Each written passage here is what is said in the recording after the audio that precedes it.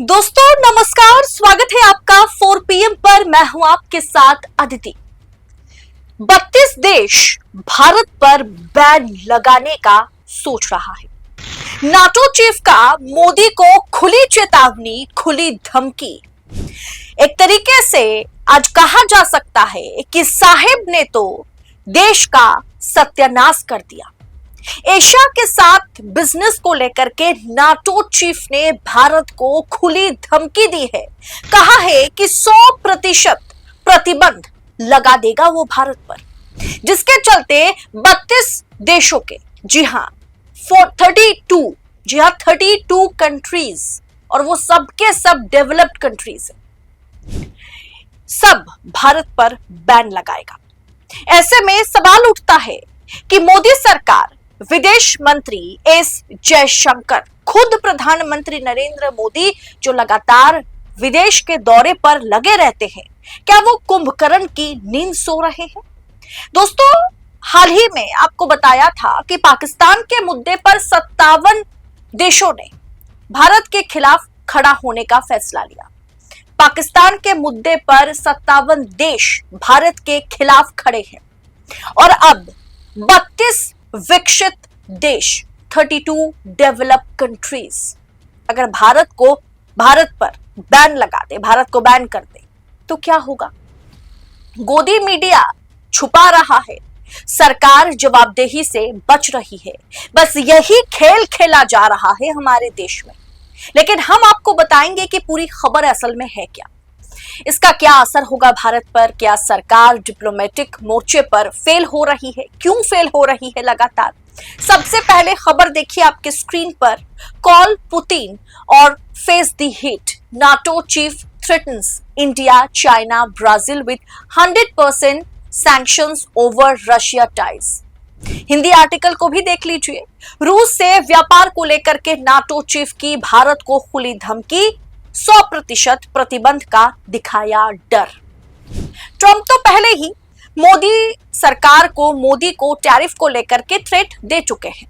100% tariff लागू भी भारत पर कर दिया गया है और अब नाटो चीफ हमें थ्रेट दे रहे हैं कि पहले आपको मैं समझा देती हूं कि जिन्हें नहीं पता कि नाटो है क्या, आसान भाषा में समझे तो नाटो का पूरा नाम जो है वो नॉर्थ अटलांटिक ट्रीटी ऑर्गेनाइजेशन है। इसमें 32 देश अभी शामिल है, जिसमें अमेरिका है, ब्रिटेन है, फ्रांस है, जर्मनी जैसे ताकतवर पावरफुल देश है। इसका मेन उद्देश्य क्या है, जो मेन फोकस है वो क्या है कि अपने सदस्य कंट्रीज को, देशों की सुरक्षा करना और मिलकर के दुनिया में शांति बनाए रखना। नाटो चीफ मार्क रूट ने भारत को रूस के साथ संबंधों को लेकर के खुली चेतावनी दी है, जिसकी हर जगह पर, हर अखबारों में, इंटरनेशनल मीडिया आउटलेट में आलोचना हो रही है। कहा है कि अगर वे रूस के साथ, यानी भारत अगर रूस के साथ व्यापार जारी रखता है तो गंभीर आर्थिक दंड, यानी सेकेंडरी सैंक्शन का सामना भारत को करना पड़ेगा। भारत के साथ ये थ्रेट चीन और ब्राजील के लिए भी है।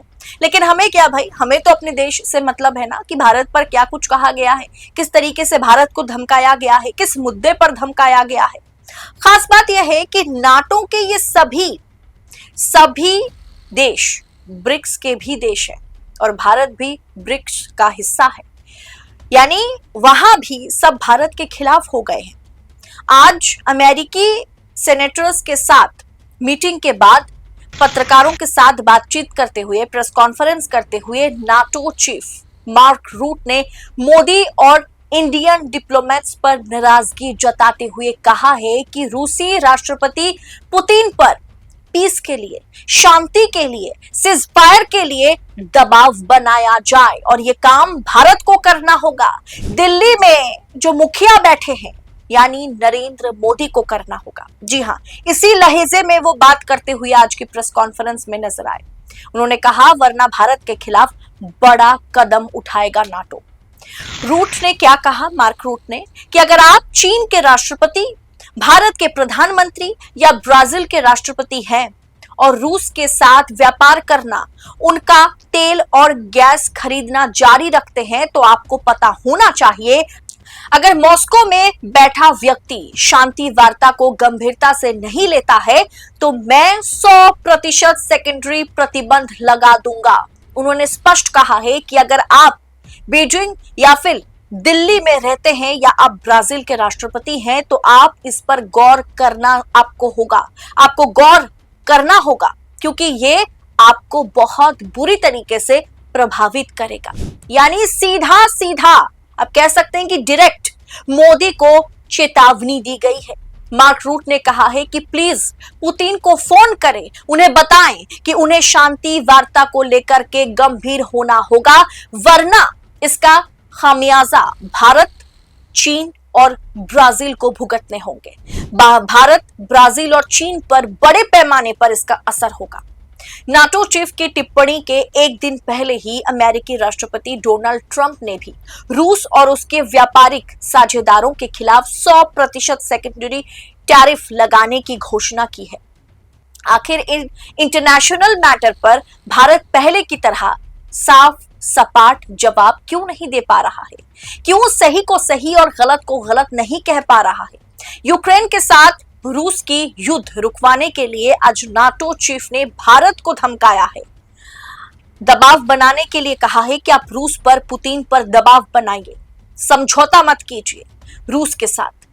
ये आज नाटो चीफ ने साफ तौर पर भारत से, मोदी से कहा है कि दिल्ली में बैठे व्यक्ति, भारत के मुखिया समझौता ना करे, पुतिन को समझाए, उनसे बात करे, उन पर दबाव बनाए।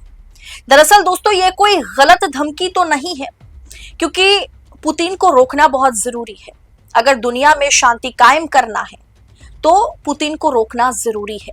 रूस हमारा मित्र देश है, हमेशा भारत के साथ खड़ा रहा जरूरत के समय में, लेकिन 32 देश हमारे खिलाफ चला जाए ये भी भारत के लिए अच्छी खबर तो नहीं है, अच्छी बात नहीं है। तो युद्ध रुकवाने में अगर दबाव पैदा करना पड़े रूस पर, पुतिन पर, तो इसमें हर्ज क्या है? ये डिप्लोमेटिक मैटर है और इस मैटर में मोदी सरकार को हमेशा 2 कदम आगे चलना होगा। इस तरह से देश को धमकी मिलना, चाहे वो शांति वार्ता के लिए ही क्यों ना हो, युद्ध रुकवाने के लिए ही क्यों ना हो, ये नौबत क्यों आने दी सरकार ने ये नौबत ही क्यों आने दी? ये नौबत क्यों आई भाई? ये तो बताए सरकार। इस पर पर्दा डालने से क्या होगा? डिप्लोमेटिक मुद्दे पर लगातार अलग अलग देशों से हमारे संबंध बिगड़ते जा रहे हैं। आपको मैंने कई मर्तबा मेरी वीडियोस के जरिए बताने की कोशिश की कि किस तरीके से बांग्लादेश जो है, शेख हसीना की सरकार बदलने के बाद, शेख हसीना की सत्ता पलट के बाद, बांग्लादेश में सत्ता पलट के बाद किस तरीके से बांग्लादेशी सरकार, बांग्लादेश भारत के खिलाफ चला गया है। चीन में बैठकर पाकिस्तान के साथ हाथ मिला रहा है। चीन में बैठकर चीन, पाकिस्तान और बांग्लादेश जो है वो बैठकें करते हुए नजर आ रहे हैं। वहां के डिप्लोमेट्स, 3 देशों के डिप्लोमेट्स। बांग्लादेश अब भारत के लिए दुश्मन मुल्क बनता चला जा रहा है और पाकिस्तान और चीन के लिए बंधु देश बनता चला जा रहा है। श्रीलंका के साथ हमारा संबंध जो है वो कुछ खास है नहीं। 57 इस्लामिक कंट्रीज ने पाकिस्तान के मुद्दे पर भारत के खिलाफ जाने का फैसला किया है और अब नाटो के 32 देश अगर भारत के खिलाफ चला जाए तो सोचिए क्या हश्र होगा भारत का। डिप्लोमेटिक मुद्दे पर लगातार मोदी सरकार की लापरवाही, मोदी सरकार की फेलियर जो है वो सामने है। इस पर जवाबदेही तो दूर की बात, इस पर पर्दा डालने की कोशिश है। गोदी मीडिया पर हिंदू मुसलमान की बात की जा रही है। आज भी कांवड़ यात्रा में किस तरीके से मुसलमानों ने ठेला लगाया, क्या हुआ क्या नहीं हुआ, इस पर बहस जारी है। लेकिन ऐसी खबरों पर पर्दा डालने की कोशिश हो रही है। सरकार से जवाब तो दूर की बात, सरकार को बचाने का प्रयास गोदी मीडिया कर रहा है। क्या इस जयशंकर, मोदी सरकार, खुद नरेंद्र मोदी जो बार बार विदेश के दौरे पर जाते हैं, कुछ समय पहले भी गए थे, क्या वे वाकई सो रहे हैं? आपको क्या लगता है दोस्तों, जिस तरीके से रूस को लेकर के, रूस के साथ व्यापार को लेकर के नाटो चीफ ने भारत को आज धमकाया है, इसे आप किस अंदाज में आंक रहे हैं? कमेंट बॉक्स में अपनी राय हमारे साथ शेयर करें और ऐसी तमाम खबरों को यूं ही पड़ताल के साथ, एनालिसिस के साथ पाने के लिए 4 PM के साथ बने रहे। फिलहाल मुझे दीजिए इजाजत। बहुत बहुत शुक्रिया आप सभी का। जय हिंद, जय भारत।